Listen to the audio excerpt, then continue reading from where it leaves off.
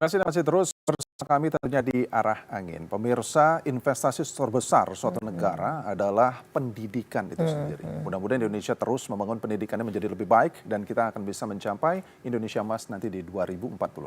Nah, kita akan membacakan ini salah satu yang sudah dipertanyakan oleh netizen ya. Nah, ini bisa kita saksikan di belakang sini. Sejauh mana sistem seleksi saat ini mampu mengakomodasi pilihan dan kesiapan calon mahasiswa dari Edroy TEP 1999. Mungkin nanti langsung dijawab bersama Pak Edward ya. Pak Edward mungkin bisa menjawab, nanti juga Bu Hetifah dan mungkin Pak Toto menanggapi. Ya Pak Edward. Baik. Ini terus terang terus kita lakukan evaluasi dan kita sempurnakan.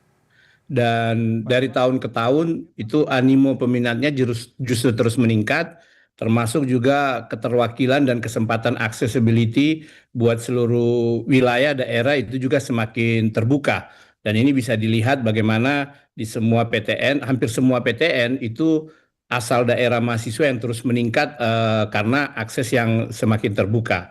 Terkait dengan kesiapan dan pilihan, saya menarik yang disampaikan Prof. Toto tadi, apakah memang mungkin batasan yang harus diatur, meskipun saat ini juga kita sudah membuka opsi Pak Toto, bahwasanya calon mahasiswa itu boleh untuk hanya memilih satu pilihan saja.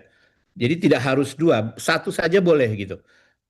Dua, tiga, tetapi terkadang memang ketika pada pilihan 2 dan 3 ini menjadi tidak prioritas. Nah mungkin ini yang perlu kita sosialisasikan dan kita sempurnakan.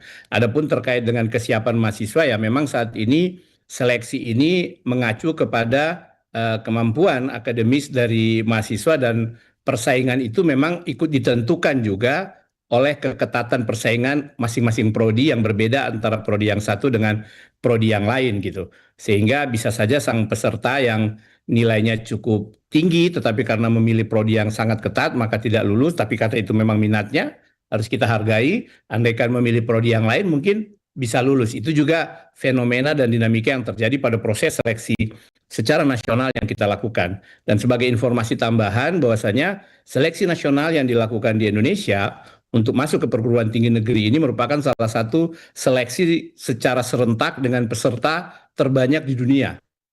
Untuk bagaimana anak Indonesia bisa memilih seluruh perguruan tinggi negeri, baik dari Sumatera sampai Papua, dengan akses yang sama, satu dengan yang lain, dengan kesempatan yang sama, dan ditentukan oleh kemampuan akademisnya. Itu Mas Fahmi. Baik, Bu Hetifah mungkin ingin menanggapi ini dari seberapa besar pengaruh kondisi ekonomi keluarga terhadap keputusan untuk melanjutkan pendidikan ke perguruan tinggi PTN ini. Ini ada juga dari Michelle 020401 nih akunnya. Nah, silakan Bu Hetifah. iya, jadi Michelle tadi bertanya ya bagaimana pengaruh kondisi ekonomi keluarga. Pastinya sangat berpengaruh. Nah, oleh sebab itu negara harus hadir. Gitu, memastikan bahwa kondisi ekonomi dari keluarga yang mungkin termasuk tadi golongan yang rentan miskin, sangat miskin, bahkan golongan menengah ke bawah gitu, itu pun masih bisa menjangkau cita-cita mereka untuk menyekolahkan anak-anaknya di perguruan tinggi. Nah, yang menjadi masalah adalah bagaimana agar informasi beasiswa ini juga bisa diterima secara merata, kemudian juga proses untuk penerima beasiswa ini bisa transparan, tidak ada tadi penyelewengan, penyalahgunaan oleh kampus maupun oknum-oknum tertentu.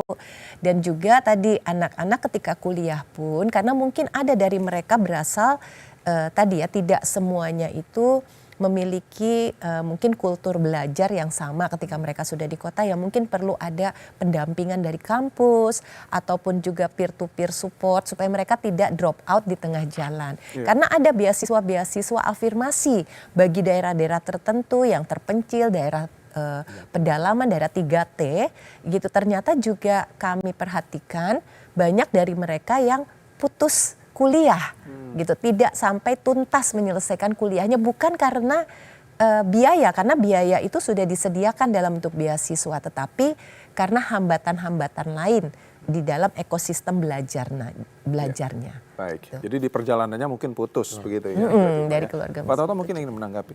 Ya, menurut saya yang perlu diperhatikan adalah bagaimana kualitas dikdasmennya.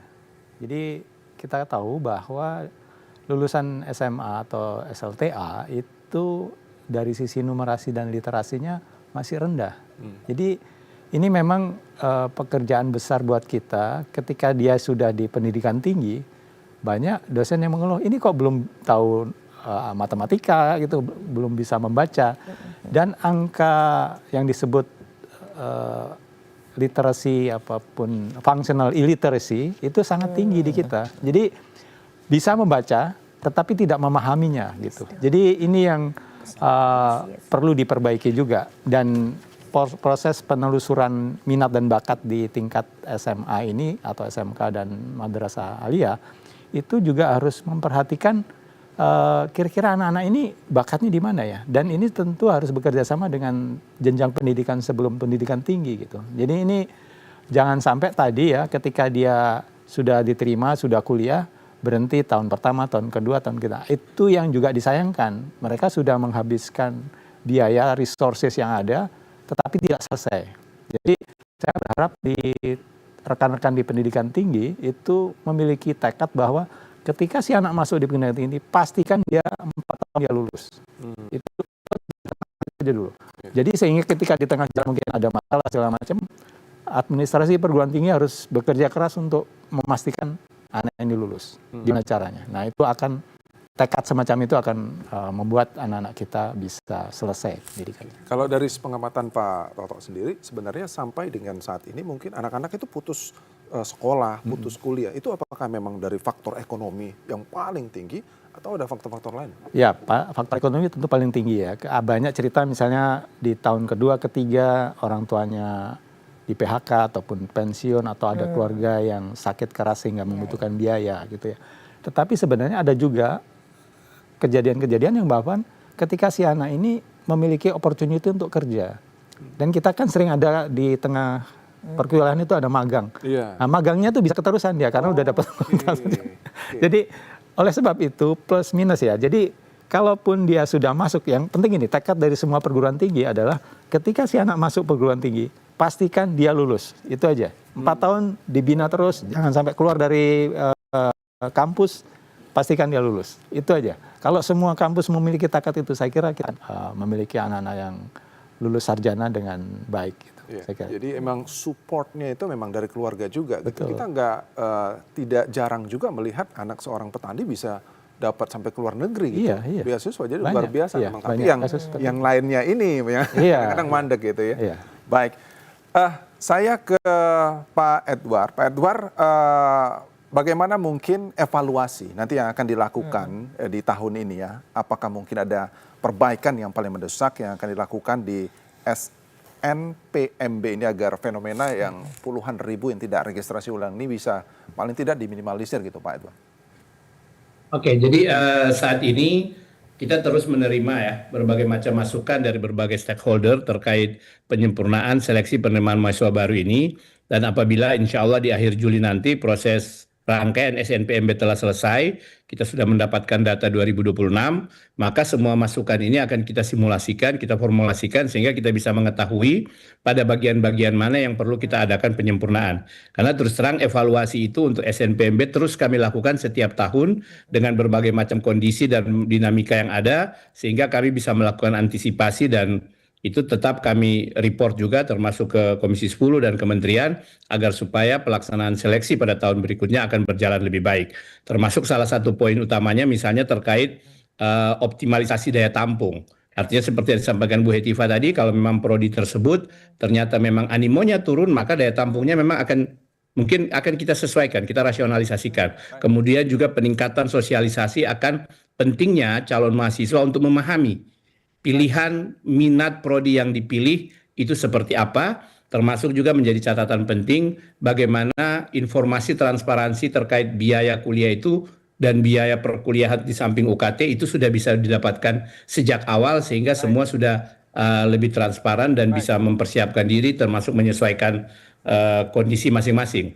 Dan kalau yang terkait beasiswa nanti biar Bu Hetiva lah dan kementerian yang akan mencarikan jalan keluar terbaik. Yang prinsipnya kami dari PTN terlalu siap untuk mensupport kesempatan buat anak-anak kita ke depan. Itu Mas Fahmi. Baik, Singkat saja Bu Hetifah mungkin. Ya, closing kami statement. mengapresiasi Pak Edward dan kawan-kawan. Saya kira sistem seleksi masuk perguruan tinggi saat ini sudah jauh lebih baik dari sisi transparansi, dari sisi penggunaan teknologi dan juga variasi jalur-jalurnya Pak Edward ya. Ada jalur prestasi, tes maupun juga jalur mandiri. Nah, faktanya jika masih ada mahasiswa yang tadi tidak registrasi ulang berarti masih ada isu soal kesiapan dalam berbagai aspek gitu ya, yang menjadikan mahasiswa ini tidak memanfaatkan kesempatan yang diperoleh. Nah, oleh sebab itu kami mohon Pak Edward, sistem seleksi nanti harus disertai dengan penyediaan informasi yang lebih komprehensif sejak awal, seperti besaran UKT, besaran IP dan lain-lain, ketersediaan beasiswa, kemudian juga prospek program studi dan juga mekanisme bantuan jika menghadapi kendala ekonomi. Jadi mudah-mudahan nanti evaluasi bisa dilakukan dengan lebih baik berbasis data. Alasan-alasan calon mahasiswa tidak registrasi ulang itu bisa memperbaiki sistem penerimaan dan seleksi yang akan datang. Begitu. Baik, saya akan bacakan ini pesan dari Pak Toto ya. Kuliah itu untuk masa depan, jangan disia-siakan ya.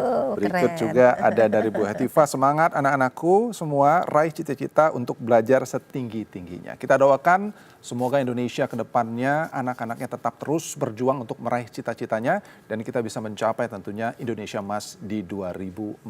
Terima kasih Pak Edward, terima kasih Pak Toto, terima kasih Bu Hetifah. Terima kasih Fahmi. Dan kita sampai Terima kasih, ketemu Pak lagi Toto. di arah angin berikutnya. Selamat sore dan sampai jumpa. Wow.